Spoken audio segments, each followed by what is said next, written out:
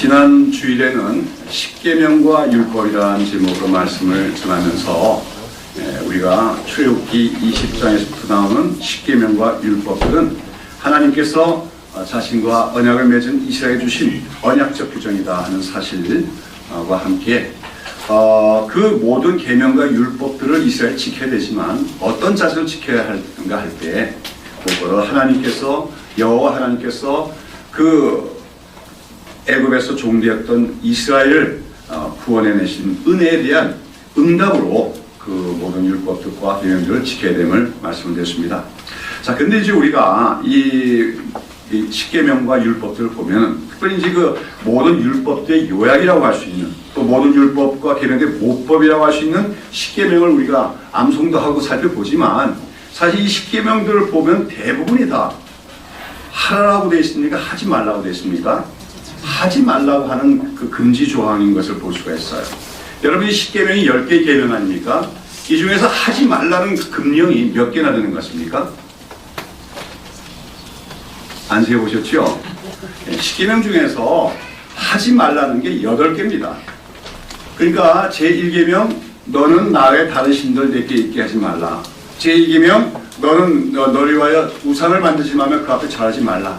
이렇게 1, 2계명부터 시작해서 하지 말라로 십계명이 나오면서 제4계명 안식일 계명과 제5계명 부모를 공경하라는 계명 빼고는 모두가 다 하지 말라로 돼 있어요. 그런데 이것은 십계명뿐만 아닙니다. 그 다음에 이제 출애굽기 21장부터 또 24장 안에 나오는 율법들, 그 외에 이제 또 레위기에도 많은 율법들이 나오는데 이 많은 십계명의 율법 규정들을 보면 이러한 그 금지 조항으로 된 금령으로 된 율법 규정들이 훨씬 더 많다는 것. 그 다음에 또 그 율법에는 그 금령들을 어길 때 하지 말라고 했을 때 어떡합니까? 거기에 대해서 아주 엄격한 징벌이 처벌이 따르고 있는 것을 봅니다. 심지어는 살인한 자는 돌로 쳐 죽이라, 간음한 자는 돌로 쳐 죽이라 등등의 아주 엄격한 그 무서운 징벌적 조항이 또 따르고 있는 걸 볼 수가 있다고 하는 것이죠. 근데 이제 그래서 이제 예수님 당시의 유대인들, 특별히 이제 그 바리새인이나 서기 같은 율법주의적인 종교인들은 이 구약의 성경에 기록된 율법 조항을 다 이렇게 그 헤아려서 자기네들이 뽑아보니까 그 율법들 중에서 하라 하는 명령 또는 행령이 248개인데 반해서 금령, 하지 말라는 게 365가지 금령으로 되어 있다. 이렇게 그들은 율법을 분석을 했습니다. 뭐가 더 많습니까? 하지 말라는 금령이 훨씬 더 많다는 것이죠. 그러면서 그들은 이 모든 율법을 다 지키려고 애를 썼다고 하는 것입니다.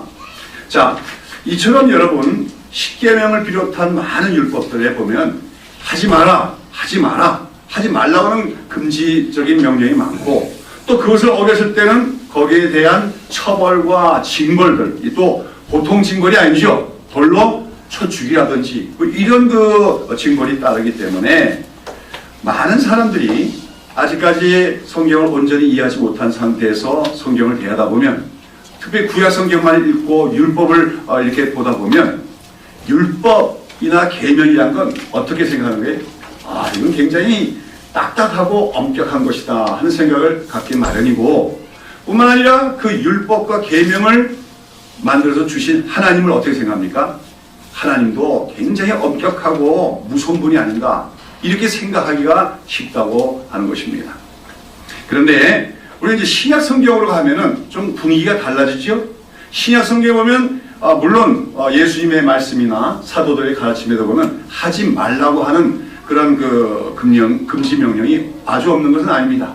그러나 대부분의 예수님 말씀이나 사도들의 가르침과 권면을 보면 이렇게 행하라, 저렇게 하라, 특별히 사랑하라, 용서하라 하는 등등의 어떤 긍정적인 그런 적극적인 명령이 더 많은 것을 우리가 볼 수가 있다고 하는 것입니다. 특별히 예수님 자신이 행동으로서 간음하다가 잡혀온 여인을 돌로 쳐 죽이게 한 게 아니라 오히려 누구든지 죄 없는 자는 돌로 치라고 말씀하심으로 그 여인을 용서해주고 받아들이실 뿐만 아니라 예수님이 바로 구약의 율법에 의하면은 돌로 맞아 죽임을 당해야 되고 또 성전에는 도저히 들어갈 수도 없는 그런 죄인들을 어떡합니까? 예수님이 영접해 주시고 그들과 심지어는 같이 식사를 하며 교제하기도 하시는 모습을 볼 수가 있습니다. 이렇게 구약과 신약의 분위기가 다르다 보니까 구약은 말하면 하지 마라 하면 죽는다 이런 식의 분위기가 있고, 신약 성경은 죄인도 용서해주고 용납해주는 그 분위기가 있고, 이러다 보니까 어떤 사람들은 그 구약과 신약을 분리해서 생각하는 사람들이 있어요. 심지어는 구약의 하나님과 신약의 하나님은 다른 하나님이다. 구약의 하나님은 율법의 하나님, 무서운 하나님, 심판의 하나님이고, 신약의 하나님은 사랑의 하나님이다. 이렇게 생각하는 사람도 있다고 하는 것입니다. 왜 그러면 구약 성경이나 신약 성경이 다 동일한 하나님 말씀일 텐데 이런 차이가 나는 것입니까? 이것은 우리가 율법과 복음의 관계를 이해를 해야만 그 문제를 해결할 수가 있다고 하는 것입니다. 제가 지난 주일에 율법에 대해서 말씀드리면서 율법의 기능에는 두 가지가 있다고 했죠. 기억이 나시는지 모르겠어요. 첫 번째, 율법은 한마디로 하나님이 이렇게 살아라 하고 주신 하나의 규범입니다. 즉 이스라엘 백성들이 하나님의 언약 백성으로 살아내야 될 삶과 행위의 규범으로서 율법을 주셨다고 하는 것이죠. 그런데 또 하나 율법에는 중요한 기능이 있는데 그게 뭐라겠습니까? 기억이 안 되시는 건데 몽학 선생으로서의 기능이다. 그리스도에게로 인도하는 몽학 선생의 기능이다 하는 데 대해서 말씀을 드렸습니다. 저는 지난주에는 주로 율법의 기능 중에서 이스라엘 백성들이 하나님의 백성으로서 살아내야 될 삶과 행동의 규범이라는 측면에서 율법에 대해서 말씀드렸는데, 오늘 제가 이렇게 율법이 뭔가 부정적인 언어로 많이 있고 금지 명령이 많고 처벌 규정이 엄격한 이런 특징이 왜 있는가 할 때 그것이 바로 율법에 하는 그 몽학 선생의 기능이기 때문이다 하는 것을 좀 설명을 드리고자 합니다. 자, 몽학 선생이란 말, 우리가 교회가 아니면 들어보기 힘든 이야기죠. 이 몽학 선생이란 말이 신약의 갈라디아서 3장에 보면 나오는데, 이 몽학 선생이란 말은 헬라어는 파이다고고스입니다. 이 파이다고고스라고 하는 것은 뭐냐면 그 고대 헬라 사회에서 이제 귀족들은 보통 이제 집에 노예들도 많이 이렇게 부리고 있잖아요.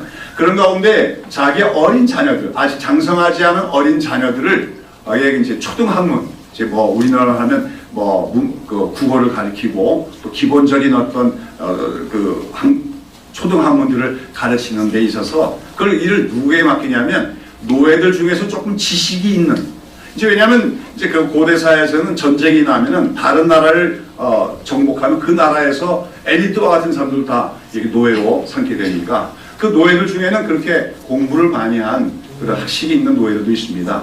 그런 노예들을 뭘로 삼는 거예요? 자기 자녀들을 가르치는 가정교사로 삼았어요. 그들을 이제 몽학 선생이라고 부르는데, 이 몽학 선생들은 그 어린 자녀가 다 자라게, 특히 이제 딸보다는 이제 아들을 얘기하는 건데, 아직 어린 나이에 6살부터 16세 정도의 어린 아들들을 가르치는 일을 하면서 초등학문을 가르치면서 심지어는 그 어린 아들을 주인의 집의 어린 아들을 체벌을 할 수 있는 그 권한까지도 가졌다고 합니다. 그러면서 이제 그들에게 기본적인 그 어떤 학문들을 배울 수 있도록 가르치는 해를 했는데, 그런데 이처럼 이 몽학 선생이 어린 자녀들을 가르치는 볼섭히는 일은 한시적인 역할이었다는 거죠. 즉 뭐냐면 그 자녀가 이제 장성하게 되면, 적어도 18세 이상, 요즘 말로만 그 미성년자를 벗어나게 되면은, 그러면 더 이상 이 자녀들을 훈육할 수 없고 심지어는 체벌까지도 할 수 있었던 몽학 선생이 이제는 그 다 장성한 자녀들에게 어떻게 합니까? 순종을 하며 그들을 주인으로 떠받들어야 된다는 것이죠. 이제 이것이 이제 몽학 선생의 제도인데, 갈라디아서 3장에 보면 사도 바울은 율법이라는 것이 바로 이런 몽학 선생의 기능을 하는 것이다. 그러니까 이 몽학 선생의 기능으로서 하나님께서 율법을 주신 것이다. 그러면서 그 몽학 선생으로서 율법은 바로 사람들에게 그리스도가 오셔야만 되고 그리스도로 말미암은 구원이 필요함을 우리에게 가르쳐주기 위해서 인도하기 위한 몽학 선생과 같은 것이다. 그렇게 설명합니다. 그러면서 이제는 예수 그리스도께서 오셨고 이제는 그리스도로 말미암아 믿음으로 구원을 받는 시대가 되었기 때문에 더 이상 오늘 그리스도인들은 그 몽학 선생 같은 율법 선생, 몽학 선생 같은 율법 아래 있어서는 안 된다. 율법에 얽매여 살아가는 사람들이 되어서는 안 된다. 이렇게 설명하고 있다고 하는 것입니다. 이러한 그 바울의 설명에 근거하면은 이 하나님의 구속사 속에서 그 구약 시대에 하나님께서 선택하시고 시내산에서 언약을 맺었던 이스라엘은 한마디로 영적으로 어린 단계에 있었던 하나님의 백성들이라고 할 수가 있습니다. 몽학 선생의 가르침을 받는 자녀들은 어린 자녀이기 때문인 거 아닙니까? 마찬가지로 이스라엘은 그 당시에 영적으로 어린 단계에 있었음을 얘기하는 것입니다. 어린 아이들, 영적으로 어린 아이들을 가르치는 방법은 뭡니까? 아까 몽학 선생의 체벌까지도 하게 한 것처럼 어떻게 합니까? 여러 가지 금지 조항들이 많이 나타나려며 또 그것을 어길 때 거기에 따른 징벌들이나 처벌에 대해서 세세하게 명시하고 있다고 하는 것이죠. 말하자면 아직까지도 영적으로 어린 단계에 있는 그 이스라엘 백성들이 그 처벌이 두려워서라도 뭡니까? 하나님께 순종하도록 하는 것이 율법의 구조였다고 하는 것입니다.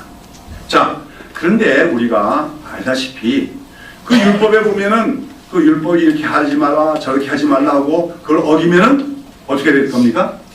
죽으리라, 돌로 쳐 죽이라 그런 엄격한 그 처벌 규정까지도 있는데 이스라엘 백성들이 그런 율법을 지키는데 성공합니까? 실패합니까?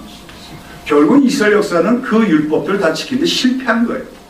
예수님 당시에 바리새인과 서기관들은 자기네들 지키고 있다고 말하고 있었지만 예수님은 그들이 사실 마음속으로는 율법을 지키는 것이 아님을 지적하고 계시다고 하는 것이죠.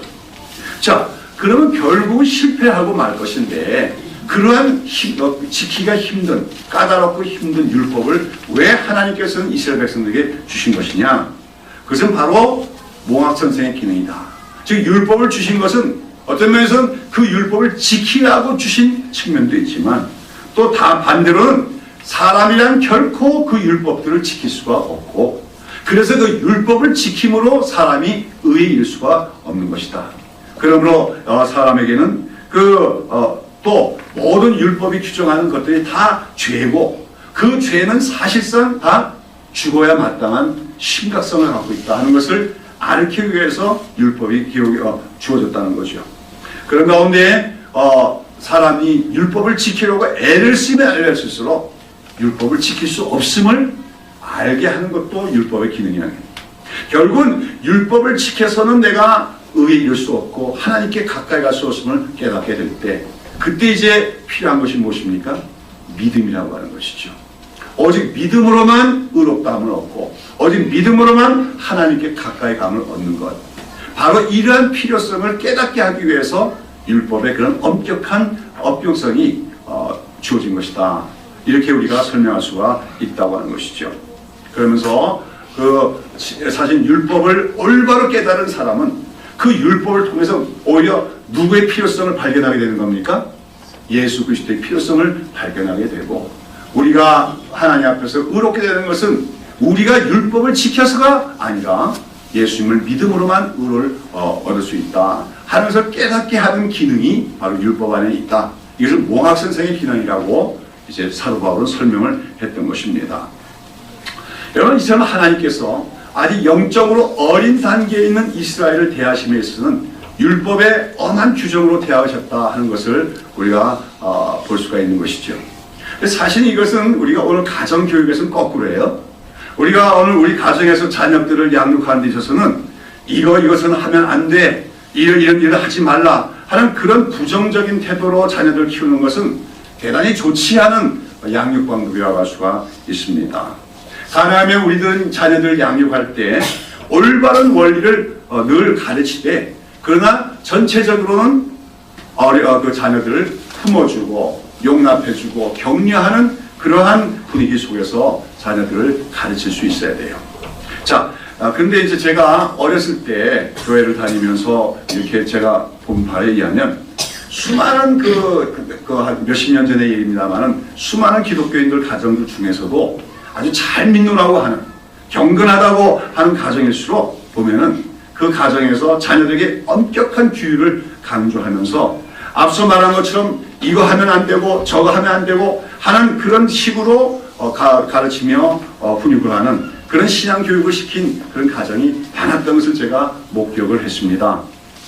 그래서 그런 잘 믿는 가정의 자녀들 보면 절대로 친구들과 어울려서 술집에 가서도 안 되고 화투를 쳤어도 안 되고 뭣도 하면 안 되고 이런 그 규율 속에서 살아가는 걸 우리가 볼 수가 있다고 하는 거죠.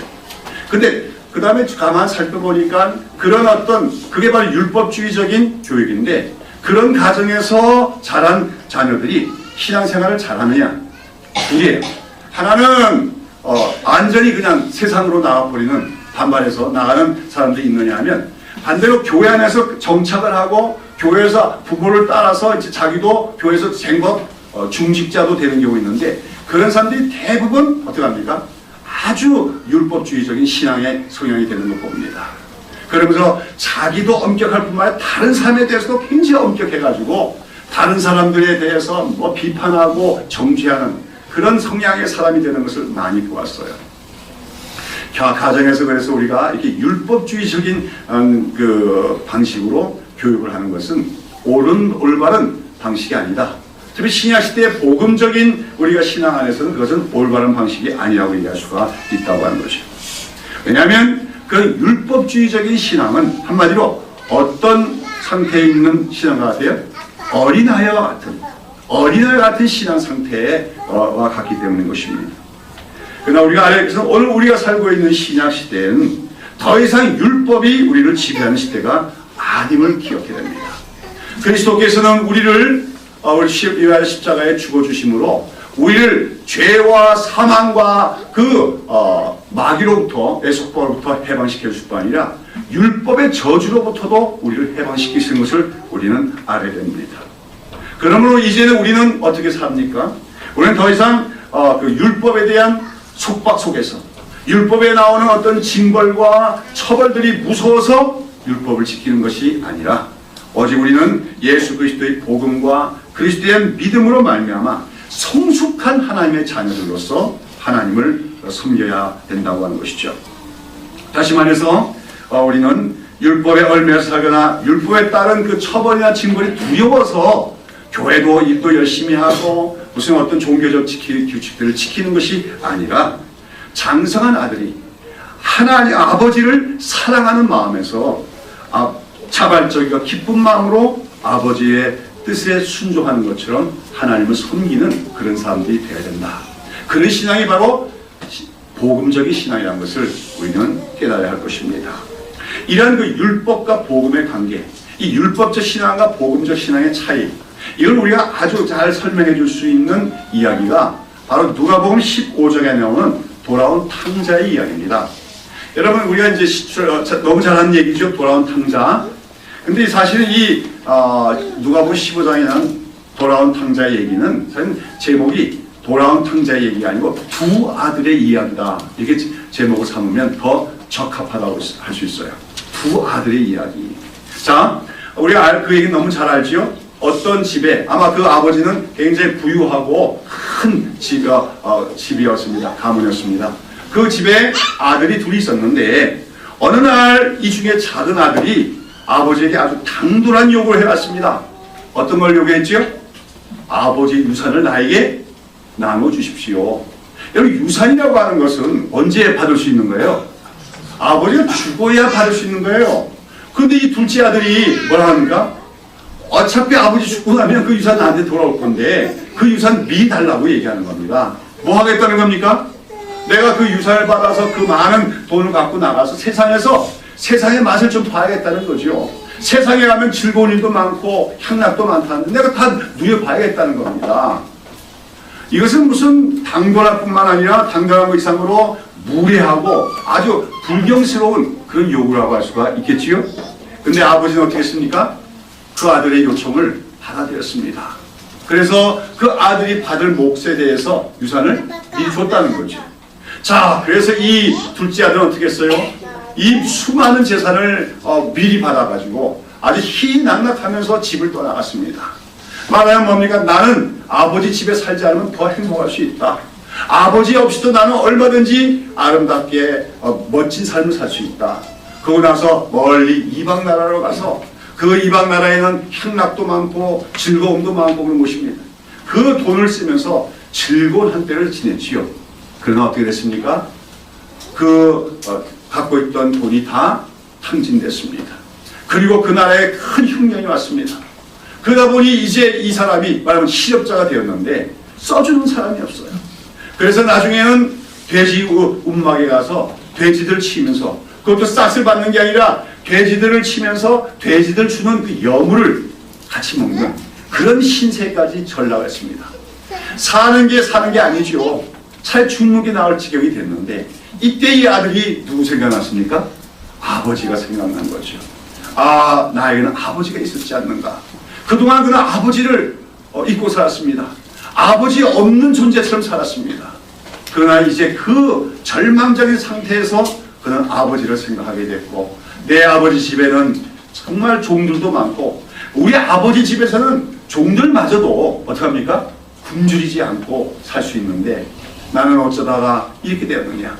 내가 아버지께 불순종하고 아버지 없이도 살 수 있다고 고집하며 아버지 유산을 받아갖고 나온 이것이, 이 말로가 이게 불행스러운 거구나 깨닫고 여기서 그는 아버지께로 돌아갈 생각을 합니다. 그러나 아버지 아들로 돌아가는 것이 아니라, 내가 아버지께 정말 범치 못할 그런 큰 죄를 지었으니 내가 어떻게 아들이라고 주장하겠는가. 그러나 아버지에게 가서 나를 그 아버지가 집안을 부리는 품꾼의 종의 하나로라도 여겨서 그냥 그 집에 거하면서 뭐예요? 일하면서 먹기라도 할 수 있게 해달라고, 그렇게 해야겠다 하고 아버지 집으로 돌아갑니다. 근데 어떤 일이 있었지요? 그 아버지는 그 아들이 떠나간 후에 그 아들이 돌아오기만을 기다리고 있었던 거예요. 언젠가는 그 아들이 그 세상에 나가서 살다가 절망에 빠지고 모든 것이 다 사라진 허망함 가운데 돌아오는 날이지 않겠는가, 그런 기대를 가지고 아들을 기다립니다. 그런데 어느 날 드디어 그 아들이 저쪽에서 나타났습니다. 온몸은 그냥 병들고 어디가 쇠약해진 모습에 정말 누더기 같은 옷을 입고 힘없이 걸어오는 아들의 모습. 거기서 아버지는 어떡합니까? 달려갑니다. 그 아들에 달려가서 그 아들을 꼭 껴안으면서 내 아들아 잘 돌아왔다, 그렇게 아들을 영접합니다. 그때 아들은 뭐라고 합니까? 나는 감히 아버지라고 부를 수가 없습니다. 하나님과 아버지 앞에서 내가 너무 큰 죄를 지었으니 나를 아들이라고 부르지 마시고 나를 아버지 집에 뭐예요? 종의 하나로 여겨주십시오. 그러나 아버지는 뭐라 합니까? 아니다. 누가 뭐래도 너는 내 사랑하는 아들이다. 그러면서 사람들에게, 종들에게 불러서 이 아들을 목욕을 시키고 좋은 옷을 입히고 가락지를 끼워서 이 아들이 나의 정당한 아들임을 다시 사람들에게 알리라고 말합니다. 그리고 나서 그렇게 아들의 지위를 시킨 후에 아버지는 그 아들을 위해서 내 죽었던 아들이 다시 돌아왔다고 기뻐하며 큰 잔치를 벌입니다. 송아지를 잡고 좋은 요리들을 마련해서 동네 사람들 다 부르고 큰 잔치를 벌였다고 하는 것이죠. 여러분, 여기 나오는 이 둘째 아들의 얘기, 이거 바로 복음이 그것이죠. 아무리 하나님을 떠나서 죄악 가운데 살던 사람이라도 하나님께로 돌아오기만 하면 하나님은 다시 그를 영접해 주실 구원을 주시는데, 그냥 구원이 아니라 뭘로 삼아주신다는 거예요? 아들로 삼아주시는 거예요. 사랑하는 아들로 삼아주시는 거예요. 그리고 그 아들을 기뻐해 주시는 거예요. 이것이 하나님의 사랑입니다. 이런 하나님의 사랑으로 말미암아 우리가 예수 믿을 때 구원을 받는다는 것이 바로 기독교의 복음이라고 하는 것이죠.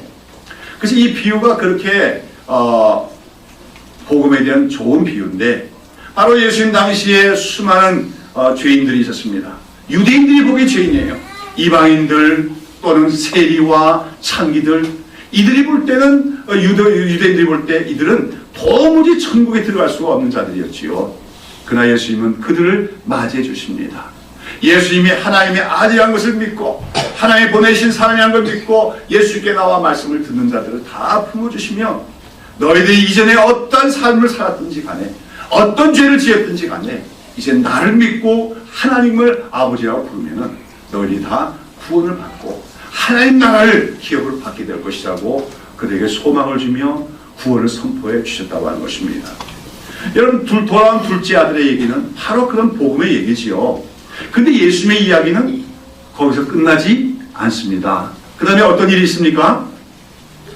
큰아들의 얘기가 나오게 되는 거죠. 우리 한번 같이 볼까요? 누가복음 15장 누가복음 15장 25절에서 32절까지 한번 보시겠습니다. 같이 읽어볼까요?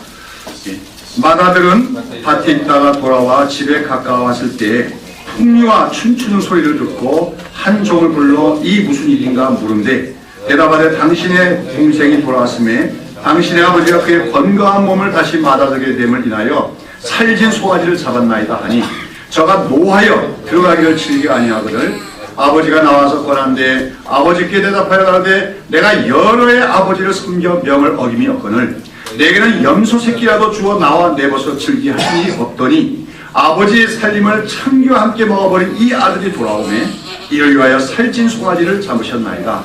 아버지가 이르되 너는 항상 나와 함께 있으니 내 것이 다 네 것이로되 이 내 동생은 죽었다가 살았으며 내가 잃었다가 얻었기로 우리가 즐거워하고 기뻐하는 것이 마땅하다 하니라. 자, 여기 보면 여기 나온 큰아들, 이 큰아들은 누구를 상징하는 거겠습니까? 바로 예수님 당시에 유대인들을 상징합니다. 그들은 하나님의 백성이라는 자부심을 갖고 있었습니다. 그러면서 그들은 율법을 지켜서 구원을 받겠다고 생각한 사람들이었다는 것이죠. 자, 여기 오늘 뒤에 보면 이 큰아들은 아버지 집을 떠난 적이 없습니다. 그 다음에 그는 자기 말처럼 아버지의 명을 한 번도 어긴 일이 없다고 했어요. 아버지가 이거 하라 그러면 다 했고 아버지가 일을 시키면 다 꼬박꼬박 했다는 거죠. 오늘 이 작은 아들이 돌아와서 아버지가 기뻐하면 큰 잔치를 베푸는 그 순간에도 그 큰아들은 뭐하고 있었습니까? 밭에 나가서 열심히 일하고 있었어요. 누구의 명을 지키기 위해서? 아버지 명을 지키기 위해서. 그런데 자기는 그렇게 열심히 일하다가 말을 수고하고 돌아왔는데 집에 돌아오니까 어떤 일이 벌어졌습니까? 이 작은 아들, 자기 동생인데 여기 보면 이 큰아들은 그 동생을 가리켜서도 내 동생이라고 얘기하지 않습니다. 뭐라고 합니까? 그 아버지의 살림을 창기와 함께 먹어버린 이 아들이 돌아오네 그럽니다. 내 동생이 아니라는 거죠. 한마디로 이렇게 죄인인 이 아들, 모든 것을 다 탕진해버린 죄악 중에 살다 돌아온 이 아들이 돌아왔다고 아버지는 지금 그를 위해서 송아지까지 잡아서 큰 잔치를 베푸셨습니다. 그런데 나는 뭡니까? 이때까지 나는 아버지 집에 있으면서 아버지 곁을 떠나간 적도 없고 아버지 명을 한 번도 어긴 일이 없었고 하라는 일 시키는 일 꼬박꼬박 다 지켰는데 나에게 염소 새끼 한 마리 잡아준 적도 없지 않았습니까? 이렇게 항변을 하고 있다고 하는 것이죠. 다시 말해서 이 아들은 항상 나는 아버지의 명대로 살고 있다는 것이 그의 자의식 중에 하나였습니다. 나는 아버지의 명을 어기지 않고 있다는 것. 그런데 여러분 오늘 여기 있는 이 아들은 누구의 상징이었어요? 아까 얘기했죠? 예수님 당시의 유대인들이고 오늘 교회 안에 있을 수 있는 율법주의자들의 상징이라는 것입니다. 그들은 아버지를 기뻐한 게 아니에요. 아버지를 사랑한 게 아니에요. 그들이 왜 아버지 집에 있었으며 아버지 명을 지켰습니까? 아버지 유산 때문에 그래요. 사실 작은 아들도 그 유산이 달라고 해서 욕심부려서 세상 나갔다가 망해갖고 돌아왔지만 사실 이 큰아들은 아버지 집을 떠나지 않았지만 아버지 집을 떠난 것이 아버지를 사랑해서거나 아버지가 좋아서가 아니라 아버지 유산이 탐이 나서 그 집에 있었을 뿐이에요. 하나님 그 아버지의 명을 안 지켰다가는 아버지 유산을 받지 못하게 될까봐 그것 때문에 그는 집을 떠나지 않고 오셨다고 하는 것이죠. 이 아들은 아버지 유산을 달라고 한 적도 없고 세상적인 죄악의 향락을 누리지도 않았습니다. 그러나 그 마음에는 늘 어쩌면 하나님께 대한 불만이 있었는지도 몰라요. 내가 이렇게 수고 많이 하는데 내가 이렇게 아버지 명령대로 다 했는데 왜 아버지는 나에게 좀 좋은 것 좀 안 주실까? 여러분, 이 율법주의적인 신앙은 기복주의 신앙과도 일맥상통하는 겁니다. 율법주의자와 기복주의자는 그 동전의 양면과 같아요. 율법주의는 어떤 면에서는 하나님의 율법을 다 지키지 않으면 벌 받을까봐 무서워하는 것이 그 동기가 주된 동기라면, 기복주의는 내가 열심히 봉사하고 열심히 헌금하고 열심히 율법을 다 지키면 뭐 받게 될 것이다? 복 받게 될 것이다. 이 땅에서 부유하게 될 것이고 뭐 장수하게 될 것이고 건강하게 될 것이다. 그 목적이 기복주의 신앙입니다. 이 율법주의나 기복주의는 다 아버지 자비에 있지만 아버지를 사랑하지도 않으며 아버지의 마음도 모르는 그런 큰아들과 같은 신앙이 바로 율법주의의 신앙이라고 할 수가 있다고 하는 것입니다. 저는 오늘 이 이야기가 왜 율법과 복음에 대한 중요한 비유로서의 대비가 될 수 있느냐.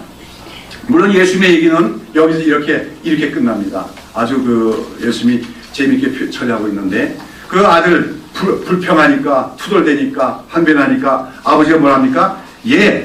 내게 있는 것이 다 내 것이 아니야. 너는 나와 함께 있지 않았느냐. 무슨 말입니까? 너의 기쁨은 뭐가 돼야 된다는 거예요? 네가 나 아버지와 함께 거할 수 있다는 게 기쁨이 돼야 되지 않냐, 그것이죠. 그러나 그는 그것이 아니었다고 하는 것입니다. 그렇게 갑자기 이야기는 끝나고 있지만, 만약에 예수님이 그 후속편을 얘기하셨다면, 그러면서 그 돌아온 탕자, 둘째 아들이 돌아온 이후에 어떻게 살아갔는가 하는 얘기를 기록했다면 어떻게 기록이 됐을 것 같아요? 아마 제가는 분명히 그 둘째 아들은 그렇게 아버지 품에 다시 돌아오고 아버지 집에 돌아온 이후, 아버지의 아들로서의 그 지위를 회복한 이후에 그는 아버지의 말씀에 순종하는 좋은 아들이 되었을 것입니다. 그러나 그는 큰 아들처럼 아버지의 명을 어기면은 무슨 벌 받을까봐 두려운 게 아니라 뭐예요? 자발적으로 기쁜 마음으로 순종하는 아들이 되었을 것이 분명합니다. 내가 도무지 아들로서의 지위를 회복할 수 없는 그런 죄악을 지었음에도 나를 영접해 주신 아버지, 그 사랑이 많은 아버지, 그 은혜로우신 아버지, 그 아버지를 생각할 때 그는 어떻게 합니까? 그저 아버지가 시키지 않아도 어떻게 합니까? 알아서 아버지 집안의 일들을 챙기며 일을 했을 것입니다. 특별히 그는 아버지의 마음을 늘 살펴보았을 거예요. 우리 아버지는 이웃들에게 뭡니까? 가난한 이웃들이 있을 때 특별히 뭐예요? 정말 불쌍히 여겨서 구제하기를 좋아하는데, 그러면서 틈만 나면은 그는 아버지 집 주변에 있는 가난한 자들 돌아보면서 베푸는 일을 했을지도 모릅니다. 그는 아버지 집에서 일을 하는데 그 일을 의무로 부담스럽게 일한 것이 아닙니다. 마지못해서 억지로 일한 것이 아니고 기쁨으로 일했습니다. 아버지 집에서 일한다는 것이 뭐가 됐어요? 기쁨이에요.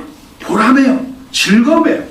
내가 이렇게 하니까 아버지가 나에게 무슨 상 줄 거다? 그런 기대 없습니다. 그저 아버지와 함께 살 수 있다는 것, 아버지를 위해서 뭔가 할 수 있다는 것이 기쁨이었다는 것이죠. 여러분, 이것이 바로 복음적인 신앙입니다.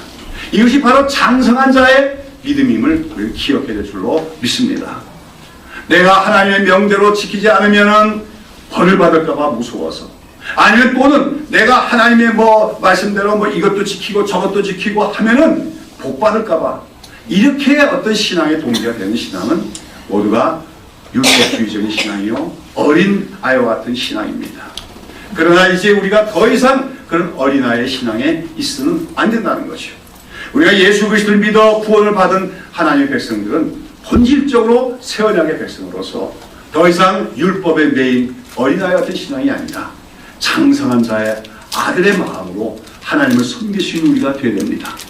그리고 그 장성한 아들의 마음은 다름 아니라 바로 하나님 아버지의 마음을 알고 이해하는 것이라고 할 수 있어요. 여러분, 진정한 효자는 어떤 사람이 참 효자냐면 아버지에게 선물을 많이 좋은 거 가져온다고 해서 효자가 아니에요. 아버지의 마음을 이해하고 아는 사람이 정말 참된 효자입니다. 여러분, 돈벌이 잘하고 성공하니까 아버지에게, 부모에게 좋은 선물 많이 할 수 있어요. 그러면서도 그 마음으로는 아버지의 마음, 부모의 마음을 헤아려 보지도 않을 수도 있는 것입니다. 아버지가 제일 좋아하는 거, 기뻐하시는 일이 뭔가를 생각해보지 않은 사람들이 있을 수 있다는 거예요. 그러나 내가 가난할지라도 부모의 마음을 헤아려 아는 사람이 있어요. 그러면서 정말 작은 것이지만 아버지의 마음, 부모의 마음을 기뻐하게 하는 게 뭘까?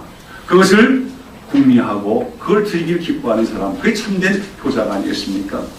오늘 우리가 하나님의 백성으로서 더 이상 어린아이와 같은 율법 안에 있는 자가 아니라 우리는 율법으로부터 해방되어진 참된 하나님의 아들로서, 성숙한 하나님의 자녀로서 하나님을 섬길 수 있는 우리가 되어야 됩니다. 그러기 위해서 우리는 무엇보다도 하나님의 마음을 아는 자들이 되어야 된다는 것이요.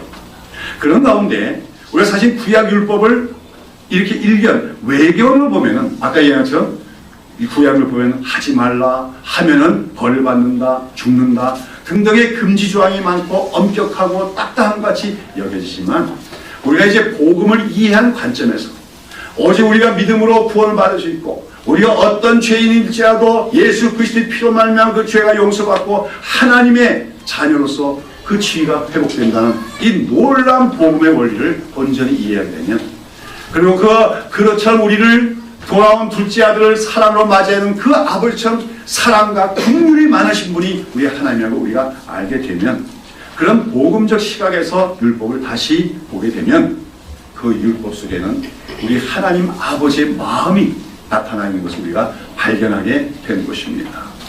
오늘 제가 앞서 본문으로 출애굽기 22장에 나오는 본문과 레위기 19장에 나오는 본문을 대표적인 걸로 제가 예를 들었습니다. 자, 오늘 여기 출애굽기 22장 21절에서 24절을 보시면 뭐라고 했습니까? 너는 이방 나그네를 압제하지 말며 그들을 학대하지 말라 하겠습니다. 여기는 이방 나그네는 누굽니까? 이것은 고대 사회에서 이제 뭐 나라에 전쟁이 일어나든지 또는 기근이 오고 그러면은 자기 고향 땅에서 더 이상 살 수 없어가지고 뭡니까? 이리저리로 유랑을 다니는 그런 유랑민들을 얘기합니다. 자, 이들이 자기 땅에는 전쟁이 있고 또 폭정이 있고 해서 그 땅에 살 수 없어서 남의 나라에 옵니다. 그렇게 되면 어떻게 될까요? 누굴 맞이해 주는 사람이 없죠. 환영해 주는 사람이 없죠. 오히려 그런 이방 나그네들은 사회적인 약자이고 아무 힘이 없기 때문에 많은 경우에 그들은 붙잡혀서 노예로 팔려간다든지 또는 남의 종살하며 고생하게 다름이 없습니다. 그러나 하나님 말씀하십니다. 그런 이방 나그네를 압제하지 말며 학대하지 말라고 말씀하십니다. 세상은 그렇다는 겁니다. 이스라엘 외의 모든 이방 나라에서는 이 이방 나그네들 힘이 없다고 해서 그들을 억압하며 그들을 학대하며 그들을 노예로 삼고 부립니다. 그러나 하나님은 말씀하십니다. 너희는 나의 백성이 아니냐. 이스라엘은 나와 언약을 맺은 나라라면 너희들 가운데서는 그러지 말라고 하는 것입니다. 그 이방 나그네들을 선대하라는 겁니다. 그들을 영접하라는 겁니다. 그들의 필요한 것을 공급해 주라는 것입니다. 그러면서 뭐라고 하십니까? 너희도 애굽 땅에서 나그네였습니다. 기억하라는 겁니다. 너희들도 애굽에서는 노예로 살지 않았느냐? 그런 너희를 오직 은혜로 내가 너희를 구원한 것이 아니냐? 내가 너희를 구원하지 않았다면 너희들도 여전히 절망 속에서 살아갔을 것이 아니겠느냐? 그런 너희가 내 은혜로 구원을 받았으니 이제는 너희와 같은 처지가 되어진 그 이방 나그네들을 함부로 대하거나 무시하거나 억압하거나 처치하지 말고 그들을 선대하라. 그들에게 은혜를 베풀라. 그것이 하나님 백성된 너희들의 바른 삶의 방법이다 말씀한 것입니다. 바로 이것이 우리 하나님의 마음인 것을 우리는 알아야 됩니다. 다음에 이어지죠. 하나님 말씀하시죠. 너는 과부나 고아를 또한 해롭게 하지 말라고 말합니다. 과부나 고아 역시 고대사회에서 가장 무능력한 힘이 없는 의지할 곳이 없는 사회적 약자들을 대표하는 것입니다. 그들은 돈도 없습니다. 힘도 없습니다. 의지할 데가 없습니다. 억울한 일이 있어도 호소할 데가 없습니다. 그런데 많은 사회에서는 그런 가부와 고아를 더 학대합니다. 그들을 더 무시합니다. 하나님 말씀합니다. 그런 사회적 약자들, 힘이 없는, 의지할 데가 없는, 그래서 하나님밖에 바라볼 수 없는 그런 과부나 고아를 해롭게 하지 말라. 그러면서 뭐합니까? 네가 만약에 그들을 해롭게 하면, 그래서 그들이 부르짖으면 반드시 내가 그 부르짖음을 듣고 내가 맹렬하게 너에게 진노를 쏟아부어서 내 칼로 너희를 죽이리라. 너의 그 아내는 과부가 되고 너의 아들은 고아가 되리라. 하나님 말씀하시고 계십니다. 이것이 바로 이 땅을 바라보시는 하나님의 마음이라는 거예요. 이 세상은 인간의 죄로 말미암아 타락이 되었고, 타락한 이후에 이 세상에는 인간들 사이에 불평등이 오고 불균형이 왔습니다. 모든 균등이 깨어지고, 이 세상에는 부익부 빈익빈 또한 계신 간의 갈등이 오게 되었습니다. 그런 속에서 가진 자들은 더 가지려고 하고, 힘 있는 자들은 그 힘으로써 약자들을 억눌리며 그걸로 자기 기득권을 더 확보해 나갑니다. 이런 세상을 바라보는 하나님의 마음이 안타깝고 아프신 거죠. 그런 가운데 너희들 주변에 있는 약한 자들을 무시하거나 경멸하거나 학대하거나 하지 말라. 그러면 그런 너희들에 대해서 너희의 그 선민으로서 지위를 박탈하고 말이라고 하나님은 말씀하고 계시다고 하는 것입니다. 바로 이것이 세상을 향한 하나님의 마음이고, 자기 백성을 향한 하나님의 마음과 바람이라는 것을 우리는 깨달을 줄로 믿습니다. 여러분, 동일한 말씀이 우리가 레위기 19장에도 나오죠. 한번 볼까요? 레위기 19장 9절부터 10절. 아까 읽었지만 다시 한번 읽습니다. 레위기 19장 9절부터 10절. 다 같이 한번 읽어봅시다. 너희 땅에 곡물을 벨 때 너는 밭 모퉁이까지 다 거두지 말고, 너의 떨어진 이삭도 줍지 말며, 너의 포도원의 열매를 다 따지 말며, 너의 포도원에 떨어진 열매도 줍지 말고, 가난한 사람과 타국인을 위하여 버려라. 나는 너희 하나님 여호와니라. 자, 여기 보면 소위 이삭 줍기 법령에게 나오고 있어요. 이스라엘 백성들이 이제 가나안 땅들 가서 농사를 짓습니다. 가을이 돼서 그 곡식이 다 무르익었을 때 그 이삭을 벨 때 어떻게 하라는 겁니까? 다 싸그리 다 베지 말라는 거죠. 어떻게 일부분 베지 않고 내버려두라는 겁니다. 또 이삭을 줍다가 이삭을 주어서 이제 품에 안아서 쌓아가지고요. 그러다가 어떤 건 툭 떨어지죠. 떨어지면 어떻게 해요? 주지 말라는 거예요. 내버려두라는 겁니다. 왜요? 나중에 아까 얘기한 이방 나그네나 또는 그 주변에 사는 과부나 호아들, 이런 자들이 와서 그것을 가져갈 수 있게 하기 위해서 그렇게 하라는 거죠. 이삭 곡식뿐만 아니라 포도원도 마찬가지고, 포도원 떨 때 싸그리 다 뜨는 게 아니라 남겨두라는 거예요. 가난한 자들도 와서 먹을 수 있도록. 바로 이것이 하나님의 마음입니다. 하나님은 결코 그 소유권을 부정하시는 게 아니에요. 하나님은 공산주의 사회를 만들라고 말씀하시지 않습니다. 개인의 소유권, 열심히 일하면 많이 소득을 올릴 수 있는 그런 어떤 경제제도를 인정하셔요. 그러나 내가 수고해서 거둔 거라고 다 내 것이라고 주장하지 말라는 것입니다. 그 모든 것이 다 하나님의 은혜로 주신 것을 기억하고, 내가 거둔 것이지만 그 중에는 또 다른 사람들에게 100%의 재래, 나눠져야 될 부분이 있음을 인정하라고 하나님은 말씀하고 계신 것입니다. 바로 이것이 하나님의 마음입니다. 우리가 살고 있는 이 세상은 인간의 죄악으로 말미암아 불평등이 왔습니다. 그 다음에 사람들의 산 처지가 달라졌습니다. 가난한 자가 있게 마련입니다. 사회적 약자가 있게 마련입니다. 그들을 바라보는 하나님의 마음은 늘 아프신 겁니다. 그런 가운데 너희가 나의 백성이라면, 나의 은혜로 구원을 받은 백성이라면, 너희들은 그런 사회적 약자들을 돌아보는 삶을 통해서 너희가 나의 백성인 것을 나타내라고 말씀을 하고 계신 것이죠. 오늘 여기 법령의 마지막에 보면 나는 너희 하나님 여호와니라 말씀하십니다. 이게 여러분 여호와니라 하는 말은 그거예요. 나는 너희와 언약을 맺었고 그 언약을 지키는 하나님이고 은혜로 너희를 구원한 하나님이다, 그런 말이에요. 그런 나의 백성으로서 너희들 가운데 있는 약한 자들을 볼 때마다 내 소유를 내 것이라 주장하지 말고 그것으로 그들을 베풀 수 있는 삶을 살아라. 그것이 하나님의 백성의 삶이라고 하나님은 말씀을 하는 것입니다. 우리는 율법을 대할 때도 이거 하지 마라, 저거 하지 마라, 그러면 죽는다, 돌로 칠 것이다, 이런 엄격한 부분은 외형적인 표현이고, 그 율법들 밑바탕에 흐르는 이런 하나님의 마음을 볼 수 있는 우리가 되어야 될 줄로 믿습니다. 우리가 복음의 시대에 산다는 것은 우리가 이제 믿음으로만 사는 것을 의미하죠. 그러나 복음의 시대에 우리가 믿음으로만 산다는 것은 율법을 몰라도 되고 율법을 무시해도 된다는 말이 아니에요. 오히려 우리는 율법을 지키되 구약 시대 이스라엘보다 더 율법을 더 잘 지킬 수 있어야 됩니다. 지난주에도 말씀했지만 우리가 하나님을 섬기되 더 이상 의문으로 섬기지 않고 영으로 섬긴다고 했습니다. 의문이란 문자예요. 문자의 열매에서 율법을 지키는 것, 율법주의입니다. 그러나 우리는 문자 이상으로 그 율법들 속에 나타난 하나님의 마음을 발견할 수 있는 자들이 되게 됩니다.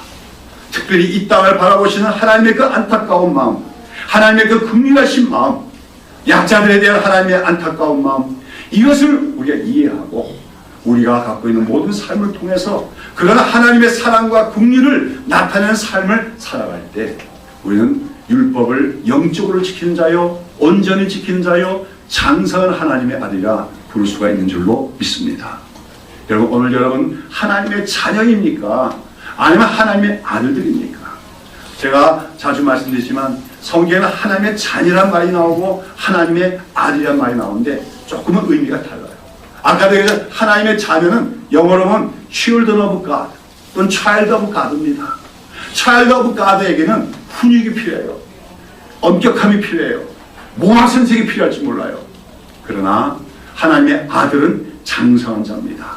장성한 자는 특별히 하나님의 아버지의 마음을 이해하고 아는 자입니다. 특별히 하나님의 그 사랑과 긍휼을 아는 자입니다. 그래서 아까도 둘째 아들이 회개하고 참으로 아버지 아들의 지위를 회복한 이후에는 아버지 집에서 어떻게 일했을 것이라고요?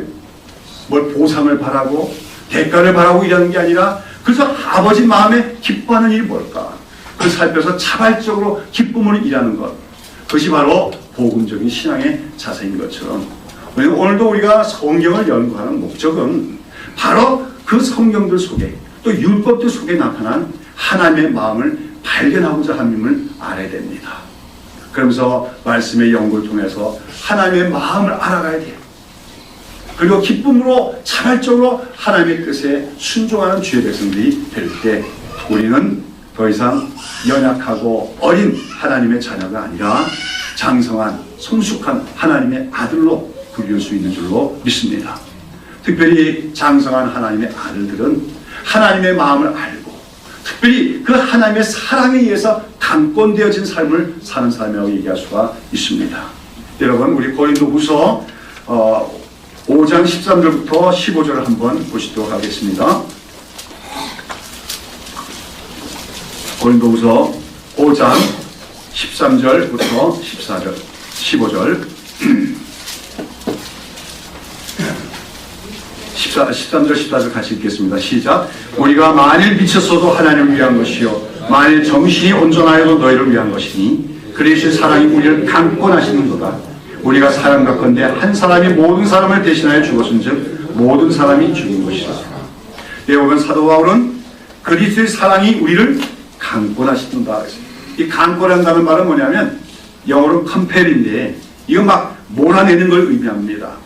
나는 가만히 있으려고 하는데 우리가 아주 그 경류가 흐르는 그 시내 같은 데 가서 강물에 가서 물놀이 하려고 어떻게 합니까? 그 경류의 그 물줄기가 우리 막 밀어내잖아요. 그렇죠? 우리 가만히 있는데도 떠내려가게 되잖아요. 그게 컴펠입니다. 강권이죠. 강하게 드라이브 한다고 말이에요. 무슨 말입니까? 나는 가만히 있으려고 하는데도 가만히 있지 못하게 하는 어떤 힘이 있다는 거예요. 동력이 있다는 겁니다. 그게 뭐라는 겁니까? 그리스도의 사랑이라고 하는 것이죠. 여러분, 우리가 만일 미쳐서도 하나님을 위한 것이요 사도 바울은 복음을 위하여 미친 자처럼 일했습니다. 수고를 마다하지 않았습니다. 그 고생하면서도 복음을 전했고 누구에게도 어떤 대가를 바라지 않고 그 값진 복음을 전하고자 힘썼습니다. 교회를 위하여 수고했습니다. 비난을 받으면서도 교회를 위하여 희생했습니다.